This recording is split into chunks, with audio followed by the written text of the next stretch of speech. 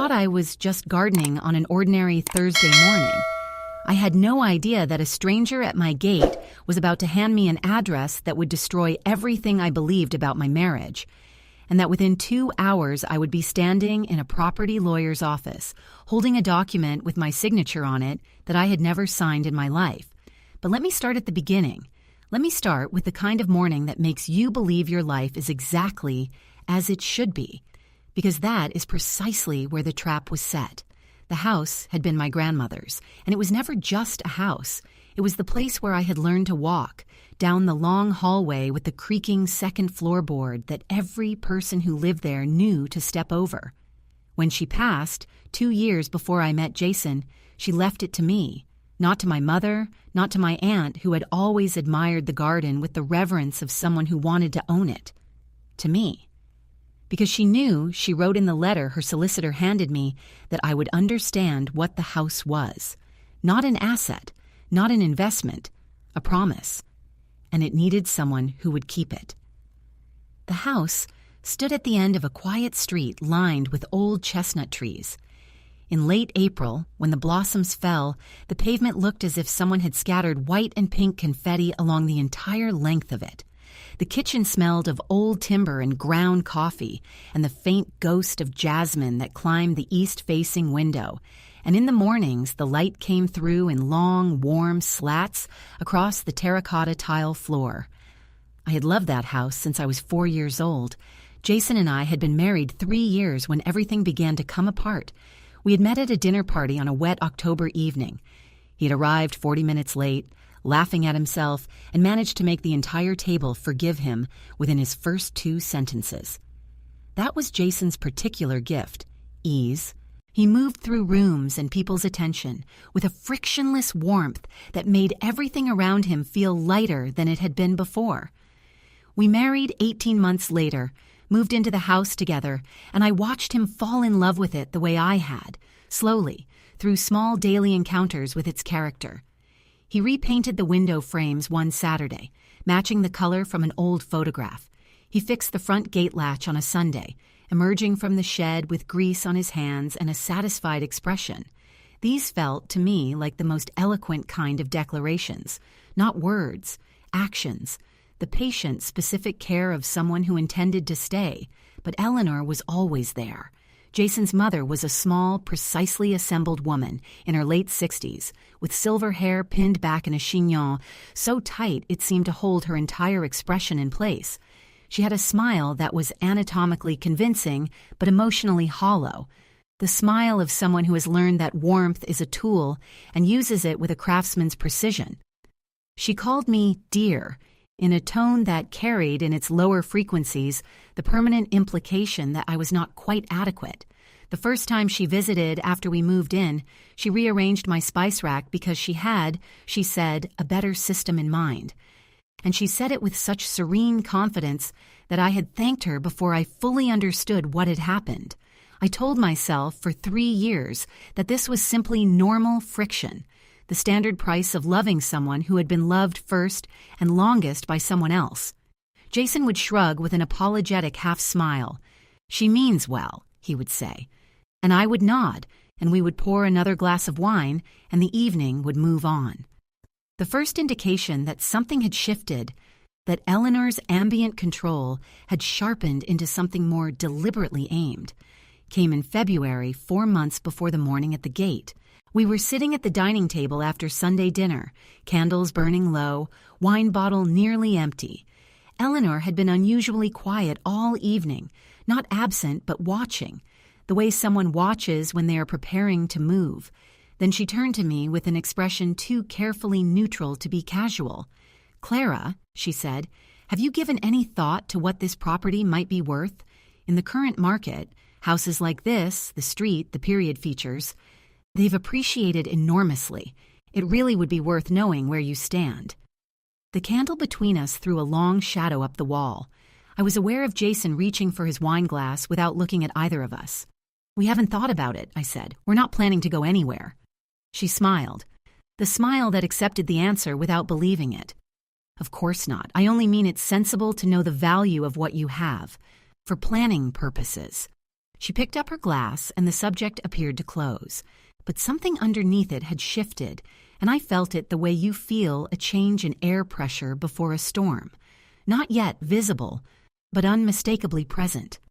Over the weeks that followed, Eleanor returned, in various indirect ways, to the same subject, a couple on her street who had sold at the peak and retired to the coast on the proceeds, a comment about not being sentimental about bricks and mortar.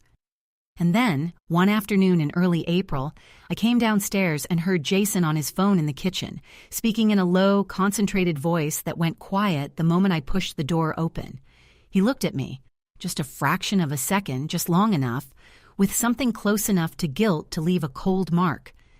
Then he smiled, said it was a work call, put the phone in his pocket, asked if I wanted coffee. I said yes. I stood at the counter watching the machine and did not ask the questions accumulating behind my ribs like water building against a dam, because I did not yet want to know what would happen when it broke. The last Thursday of April was perfect in the way only late spring mornings can be. The chestnuts at their fullest, blossoms bending the branches, the light through the leaves turning everything on the street gold and slightly unreal. Jason had left before 7, an hour earlier than usual. I was kneeling at the lavender bed by 8:30, wearing old jeans and one of his flannel shirts, my tea cooling on the porch step. A blackbird worked along the base of the rose bush. Everything was still. The gate creaked. She was standing just outside it. An older woman, perhaps 70, with a face that made age feel like an imprecise category. She wore a long burgundy skirt, layered and full, and a dark blouse with dense amber and green embroidery at the collar, and cuffs so fine it looked as if it had been growing there for years. Her hair was braided over one shoulder, silver shot, with a single narrow braid wrapped in red thread. Rings on most fingers, old gold worn soft by long use. She stood completely still, with the quality of someone for whom stillness is a decision. Her dark eyes looked at me with full, direct attention. Not the practiced gaze of someone offering a performance, but the look of someone who has arrived exactly where they needed to be. "I'm not interested in a reading," I said, not unkindly, getting to my feet and brushing soil from my knees. The woman shook her head. The beads at the ends of her braid made a small sound. "I am not selling anything," she said. Her English was deliberate, accented, each word placed with care. "I want nothing from you." A pause. "I saw something about this house, about you." She reached into the fold of her skirt and produced a small, folded piece of paper. "There is a place you need to go. Today. Before 5 o'clock. Not tomorrow. Today." I should not have taken it. The sensible version of me would have declined, gone back to the lavender, forgotten it by afternoon. But the sensible version of me was already afraid. Quietly, structurally afraid, in the way that accumulates over weeks of half-heard phone calls and deflected questions, and a husband who can no longer hold your gaze at dinner. So I crossed the garden and took the paper. Her fingers held mine a moment longer than necessary. She turned my hand slightly, glanced at the palm. Not theatrically, but the way a doctor looks at something unexpected. Something moved across her face. She did not explain it. She released my hand and turned and walked away, and within 30 seconds she had rounded the corner and was gone entirely, as if she had simply been part of the light. I opened the paper. 17 Alderton Street, 2nd floor, Whitmore and Associates. I spent the next 2 hours pretending I was not thinking about it. I finished the lavender bed, made fresh tea, answered emails with the careful, mechanical attention of someone going through motions. But the address sat in my back pocket like a stone, and by 11:30, I was in my car. Alderton Street was a commercial block full of quiet professional offices, accountants, insurance brokers, a physio clinic. The address was a narrow, glass-fronted building between a chemist and a letting agency, with a small brass plate beside the entrance. Whitmore and Associates, Property Law and Conveyancing Services. I sat in the car park and read those words several times. And then I saw Eleanor's car, the dark green Volvo, 2nd row, with the small dent in the rear bumper. I knew that car the way you know something you've seen from a distance more times than you can count. My chest did something involuntary, a kind of seizing, the way a muscle responds to unexpected cold. I should have left. I know that now. Instead, I turned off the engine and walked across the car park in the April sunshine with the chestnut blossom drifting around me and went inside. On the second floor, carpeted in pale gray, lit with recessed lights that made everything feel slightly sterile, a receptionist looked up with a ready smile, but I had already stopped listening because through a door to my left, not quite fully closed, I heard Eleanor's voice, low and measured, saying something about the timeline. And then, unmistakably, Jason's voice responding. I walked to the door and pushed it open. It was a small meeting room. Jason sat with his back to me. Eleanor sat opposite him, beside a man in a pale gray suit with reading glasses pushed to his forehead. Between them on the table lay an open folder, multiple pages, color-coded tabs along the edges. Eleanor saw me first. The expression that crossed her face, genuine shock, then something cold and calculating, then the smooth mask of pleasant composure dropping back into place, was the most truthful thing I had ever seen on her face. Jason turned around. The color left his face in a single, complete movement. I crossed the room. I picked up the top document before anyone had fully processed that I was there. It was titled, Transfer of Property. Principal Authorization and Agreement of Sale. My name was on it. My address. My house. The chestnut street, the lavender garden, the grandmother's promise, and at the bottom of the third page, above a notary's stamp dated 2 weeks earlier, was my signature, a signature I had never written in my life. My hands were not shaking yet. That came later. In that moment, I was standing perfectly still, holding the document, and the room was completely silent, and I could hear a car passing on the street below, and the distant pulse of blood in my own ears, and the absolute, devastating silence of my husband, 3 feet away from me, unable to find a single word. The man in the gray suit cleared his throat. He introduced himself as Mr. Whitmore, and he did it with the practiced calm of someone who has witnessed uncomfortable situations in meeting rooms before, and has developed a professional protocol for managing them. He said something about confidentiality, about how perhaps it would be better if... But I was not listening to Mr. Whitmore. I was looking at Jason. "Tell me," I said. My voice came out quieter than I expected, not trembling. Quiet in the way a room goes quiet before something structural gives way. "Tell me what this is." Jason opened his mouth, closed it. He looked for a moment like a man trying to locate the entrance to a room that no longer has one. "Clara," he said, "it's not... I can explain. You can explain why my signature is on a document I have never seen." It was not a question. Eleanor set down her pen. She had been holding a pen this entire time, I noticed. Poised, ready, as if the meeting had simply been interrupted rather than dismantled. "Clara," she said in the warm, depleted tone of someone dealing with an emotional child, "sit down. Let's speak like adults." Something ignited in me then. Not heat, but the opposite. A coldness so complete it felt like clarity. Every nerve in my body sharpened to a single point. I placed the document back on the table, carefully, face up, and I looked at her with the full attention I should have given her 3 years ago. "You forged my signature," I said. She did not flinch. That was the most chilling thing about Eleanor. She never flinched.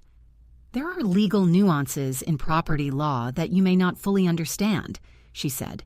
"Joint marital assets, powers of attorney, the rights of a spouse to act in. We are not joint owners," I said. "This house belonged to my grandmother. It was left to me. Jason's name is not on the deed. You know that, which is why you needed my signature. And since I would never have given it, you made one." The silence that followed was the loudest thing I had ever experienced in that room or any other. Mr. Whitmore had gone very still behind his reading glasses. Jason was looking at the table with the focused attention of a man trying to disappear into its surface. Eleanor looked at me, and for the first time in 3 years the warmth dropped entirely from her face. Not the theatrical dropping of the mask, but the simple cessation of an effort she had decided was no longer necessary. What was underneath was not monstrous. That would have been easier. What was underneath was merely cold and precise and entirely without apology. "Jason," I said, without looking away from her, "how long?" He said nothing. I turned to look at him then, and the sight of him, slumped slightly in the chair, hands flat on the table, not meeting my eyes, told me more than any answer could have. Not weeks, not impulsively. The notary stamp was 2 weeks old, yes, but the planning behind it was longer, much longer. "How long has she been planning this?" I asked. "Clara, how long, Jason?" He exhaled. It was the sound of someone releasing a weight they had been carrying past the point of endurance. "Since last autumn," he said, very quietly. "She came to me in October. She said the house was the only real financial security we had, and that if we sold it now, at the current market—" "It is not our house," I said. "It is my house, my grandmother's house. Technically, as a married couple, you would need my signature, my real signature, my consent." I picked the document up again and held it in front of him. "Is this my consent, Jason?" He did not answer. He looked at his hands on the table. "She approached a solicitor," I said, more to myself now, working it through aloud because I needed to hear the shape of it in words. "She had someone copy my signature, or she did it herself. She's seen my handwriting enough times, on birthday cards, on the notes I leave on the kitchen counter, on the card I gave her at Christmas every single year. She had months to study it." I looked at Eleanor. "That's document fraud. That's a criminal offense." "Oh, don't be so dramatic," Eleanor said, and the contempt in it, the casual, long-standing contempt of someone who has always believed the other person was simply not clever enough to be a genuine adversary, was what finally lit the fuse. "Dramatic," I repeated. "You're always so emotional, Clara. From the very beginning. Everything is a crisis. Everything is personal. The world does not revolve." "Mr. Whitmore," I said, turning to the solicitor, who had the expression of a man who deeply regretted every professional decision that had led him to this morning. "I would like to know who commissioned this document. I would like to know who provided the signature. And I would like to know whether you, as the presiding solicitor, verified the identity and consent of the property owner before proceeding." Mr. Whitmore removed his reading glasses from his forehead, and the way he did it, slowly, with the weight of a man who already knows what the answer means for him, told me everything I needed to know about his culpability. "Mrs. Hartley," he said carefully, "I was presented with identification and—" "Whose identification?" A pause. "The identification presented was—" He glanced at Eleanor. "Mrs. Rowe provided documentation indicating that I had authorized the transaction." "That is correct. And you did not think to contact me directly, the named property owner, to confirm." Another pause. Longer. "That was an oversight," he said very quietly, "for which this firm takes full responsibility." Eleanor made a small, dismissive sound, but I noticed, for the first time, that her hand on the table was not entirely still. I stood up. I took the document. I folded it once carefully and put it in my bag. Mr. Whitmore made a movement as if to object, and then appeared to decide against it with great haste. "I'm taking this as evidence," I said. "You'll be hearing from my solicitor. And if I were you—" I looked at him steadily. "I would begin reviewing exactly how your firm's name ended up on a forged conveyancing document, because that conversation is going to happen whether you are prepared for it or not." I picked up my bag. I looked at Jason.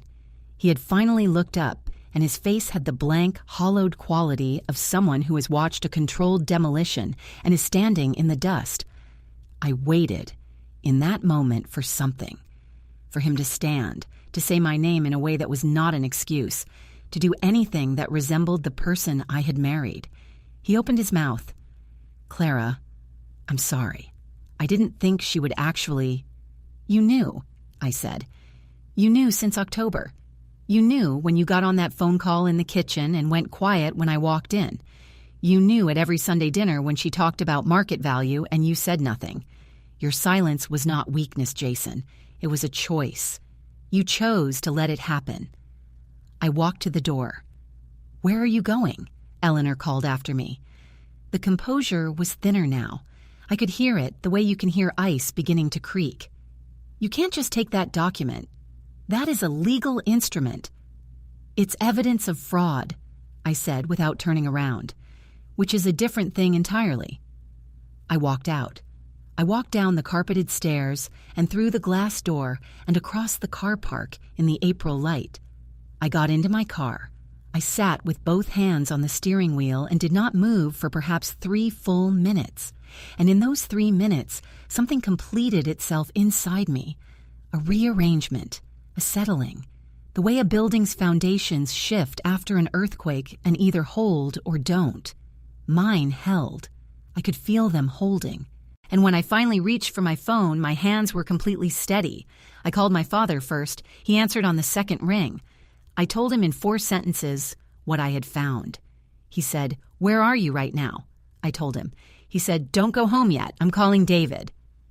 David was my father's oldest friend, a property solicitor who had handled my grandmother's estate and who had, at the time of her death, expressed in measured but unambiguous language that the house should be protected by an ironclad trust. I had not listened carefully enough at the time. I was listening now.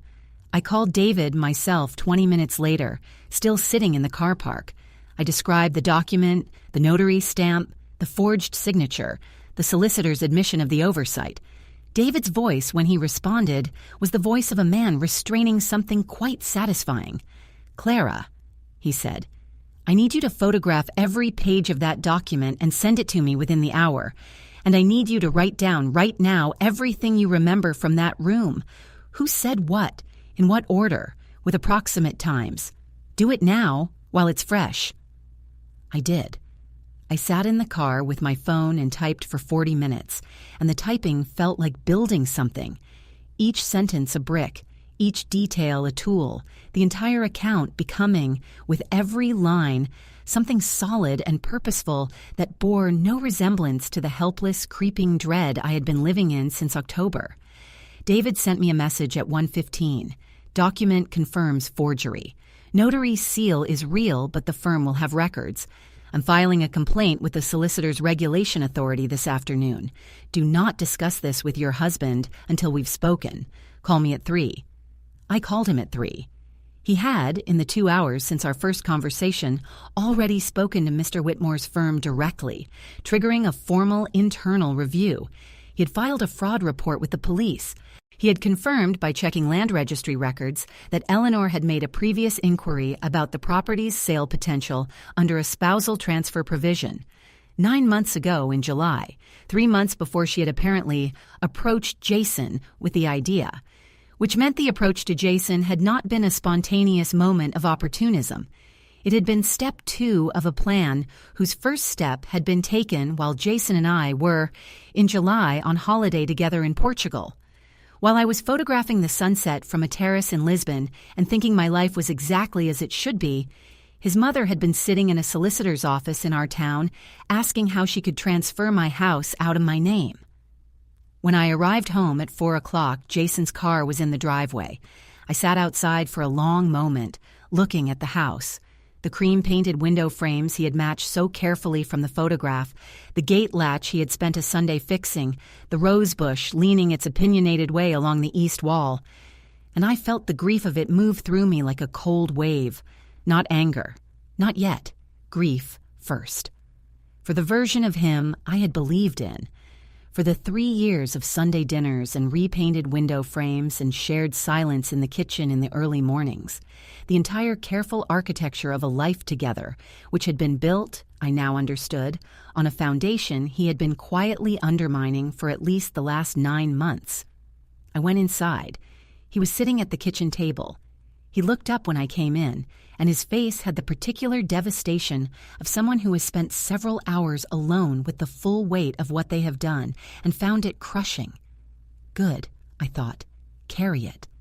Clara. "I've spoken to David," I said. "He's filed a police report. Your mother will be contacted by the authorities within the next 48 hours regarding document fraud and attempted property transfer without owner consent. Mr. Whitmore's firm is under regulatory review. The transaction has been flagged and will not proceed." I set my bag on the counter. "None of that is negotiable." "I never wanted the house sold," he said. It came out quiet and raw. "I want you to know that. She kept saying it was the sensible thing, that we needed the money, that you would come around if—" "You let her forge my signature, Jason." "I didn't know about the signature. I swear to you I didn't know she'd done that." I looked at him for a long time. "I almost believe you," I said finally, "and I don't know which is worse, that you knew and let it happen, or that you were so thoroughly managed by her that you didn't even know how far it had gone." He had no answer for that. He looked at the table. "You have to choose," I said. "Not between me and your mother. I know that's how she frames it, but that's not the choice. The choice is between living in the truth and living in whatever story she has been telling you about what this family is. I am done being a supporting character in her plan. I am done tolerating it because it is easier than confronting it. So you decide, and I will need the decision in words, clear ones, soon." I filled the kettle. I stood at the counter and listened to the familiar sound of the water heating in its element, and the blackbird outside on the rosebush, and the creak of the second floorboard as Jason stood from the table, and I breathed. The police visited Eleanor 3 days later. She was formally cautioned in connection with document fraud and referred for prosecution, a process that took 4 months, during which she did not contact me directly, not once, though she made several attempts through Jason that he reported to me faithfully and without editorial. That, in the end, was his choice. It was not a grand gesture. It was not a dramatic declaration. It was the steady, daily, unglamorous work of a man trying to understand how badly he had failed and what it might cost him to earn back the ground he had lost. I did not make it easy. Some days I wondered whether the ground could be recovered at all, whether trust, once you have seen its foundations, is ever really the same structure you believed you were standing on. I am still, in some ways, working out the answer. Mr. Whitmore's firm settled out of court. David described the settlement on the phone with a quiet satisfaction I recognized as the closest he would come to celebration. The land registry holds my name, and only my name, as it always should have. 6 months after that April morning, I planted a new bed along the south fence. Dahlias, deep red, the kind that bloom in late summer and last well into autumn. I was crouching at the soil with my hands in the earth on a morning that smelled of that particular late-season richness, warm ground and approaching cold, the chestnut trees beginning to turn, when I thought of the woman at the gate. I had thought of her many times in the months between. The red thread in her braid, the paper held through the bars, the brief involuntary glance at my palm that she had never explained. I did not know what she had seen or what had brought her to that gate on that specific morning. I was not certain it mattered. What mattered was that I had taken the paper. My grandmother used to say that a house, like a person, tells you what it needs if you are willing to listen. I had listened to everything else around me, to Eleanor's smooth reassurances, to Jason's comfortable deflections, to the version of my life I had wanted to believe in, and I had stopped listening to the house, the creaking floorboard, the gate latch, the slow accumulation of small warnings that I had mistaken for the ordinary friction of living. I knew how to listen now. I pressed the last dahlia bulb into the earth, firmed the soil around it with both palms, and sat back on my heels in the late morning sun. The gate at the end of the garden was closed.